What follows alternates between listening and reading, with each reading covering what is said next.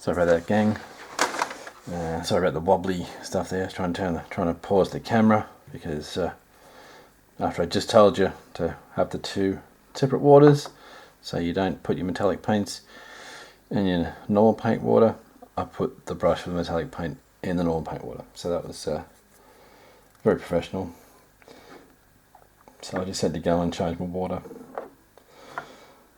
which involved a trip outside. It's very cold. The winter here in Australia at the moment. I'm going to put on some Kislev flesh on his face. Obviously to his hands.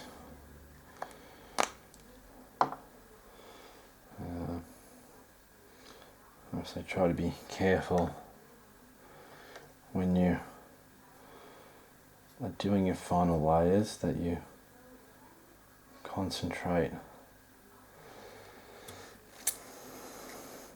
on just the sort of edges, especially like across the fingers and the knuckles, just making sure you're just sort of lightly dragging your brush across. You've done a bit of work here with the wash and stuff to get a bit of depth and shadow in between the fingers, and that's when keeping your paints but not having too much paint on your brush, so when you go to paint that you don't get a splash of paint all over the fingers, because then you undo that sort of work you've done with the washes and stuff. To get that depth in there. And now on the sort of face, I'm only going to concentrate on like his forehead, his nose, obviously. So the brightest parts of the model of the face. Obviously, if you didn't have the big beard, I would be doing maybe a bit more work on his lips and chin, but I'll try and get some work on his cheekbones. I think that looks pretty good. Like I said, I've had this guy for 20 years or more, so it's good to get a bit of paint on him.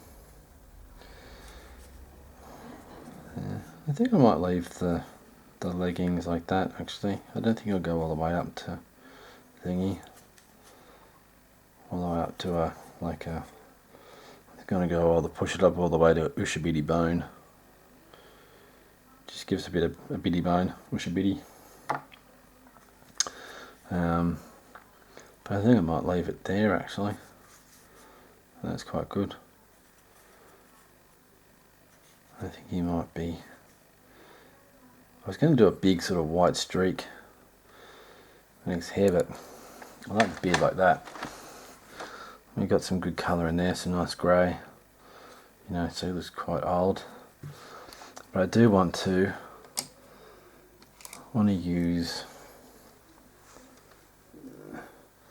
a wash. I'm going to use a bit of Caribou Crimson. I'm just going to, just in that little scar there, just put a bit of wash in there.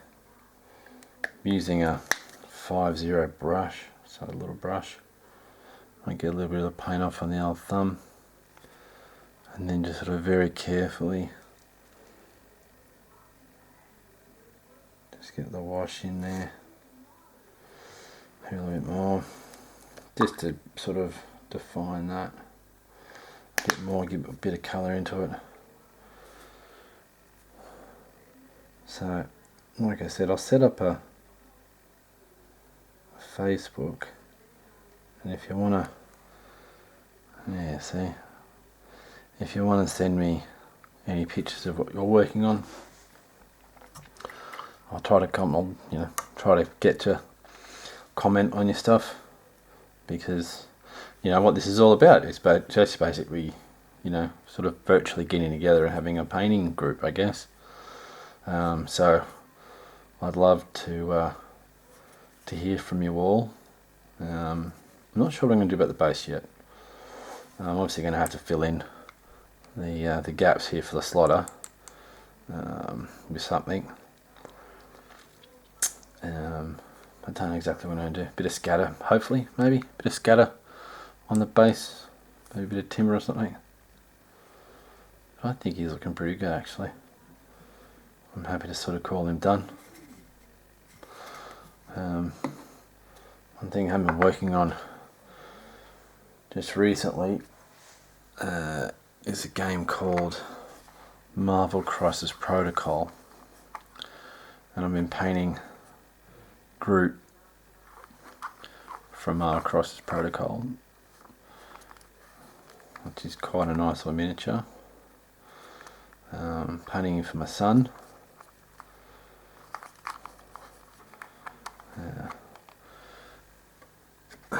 And also Rocket Raccoon.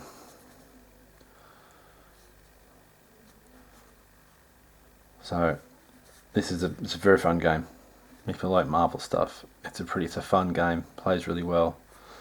You get to get some Marvel stuff on the table, and the best thing I think is they come with bases, scenic bases, because one of the hardest things for me is basing the models. I have no idea what I'm going to do. So this has been good to, you can just plop them on the base and they're done basically. So I've been having a lot of fun painting these bases. I've gone for more of an asphalt feel on the streets, because in Australia obviously we have a lot more asphalt streets than concrete. But on Rocket's base here I'm going to do this all concrete, and obviously the curb and the footpath, I'll do that concrete as well. I'm going to start off with a bit of dark grey, just a storm vermin fur, which I'm almost out of. So I just want a replacement for that.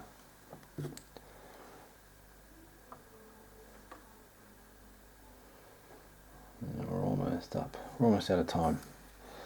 So I'm just going to get that on the base, get that grey. Try and, well, I'm probably going to get it into the sort of all over the base, because we're going to obviously the broken bits, concrete here, where Groot's arm is coming through, which is, super thematic. Rocket and Groot.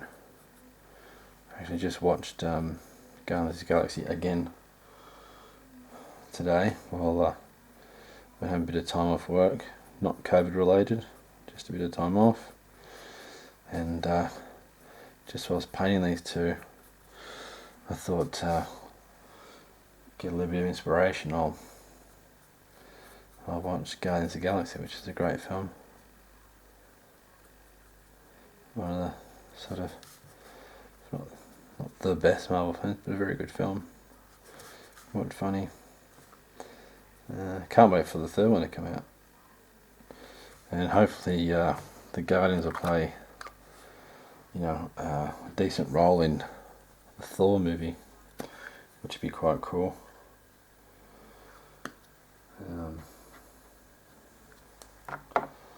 Yeah, definitely a fun game to get into. And funny, I was not going to buy any miniatures this year. I told my wife, I said this year I'm only going to be painting miniatures. The only purchases I'm going to make are going to be terrain and hobby supplies, so I can keep painting and whatnot. And then Atomic Mass Games announces this at Gen Con last year, and I'm like, I love Marvel, I need to get this. I said to my wife, I said, look, you can get the core set, and you just need the core set. You don't have to get any other models. It's not like 40k or bolt action or anything where you have to have a whole army. You just get the core set models, and that's all you need. She's like, oh, that sounds pretty good. Yeah. quite a few models later. Obviously I'm not just got the core set. I've got quite a lot of the expansions as well. And my oldest boys bought the Asgardians, and you see got Rocket and Group for my middle son, and my youngest son wanted me to paint him a red Hulk. So I already had a Hulk that I painted grey because I'm a fan of the grey Hulk. This is the first sort of Hulk comic I had, was a grey Hulk comic, so I painted mine grey, and got the chance to paint one red, which was quite fun. I'm debating whether I should get a third one and paint him green, although they did tease She-Hulk at Gen Con, so I might just wait for her and paint her green. So I will have a green Hulk, just not Bruce, his cousin. I can't think of her name right now, so you can shout at me in the comments, I guess.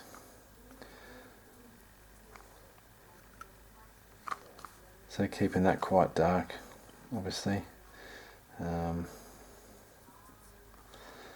the grate and the manhole cover, I'm going to paint them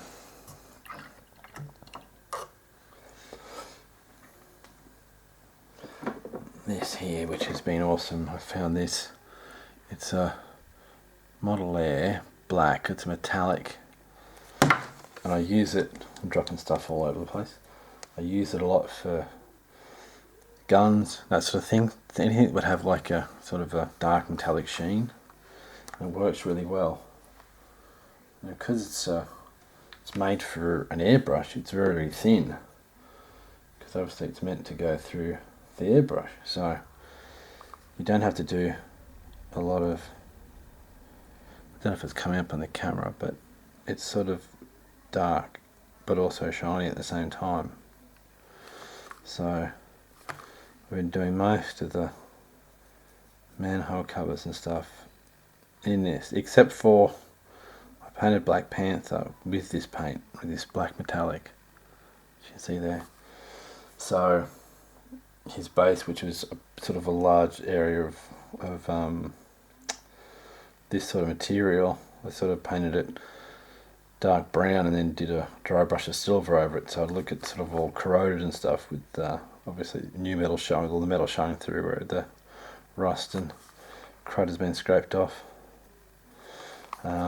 So I'll let them dry, and then I'm probably going to hit them with a Nuln Oil wash, darken them down, and then obviously build back up to a lighter grey for the concrete and sort of a darker grey for the asphalt. But that's it. That's about half an hour. That's the first video, so please subscribe. I'll be putting out a video a week, so hopefully you enjoyed it, and we'll see you next time. Bye.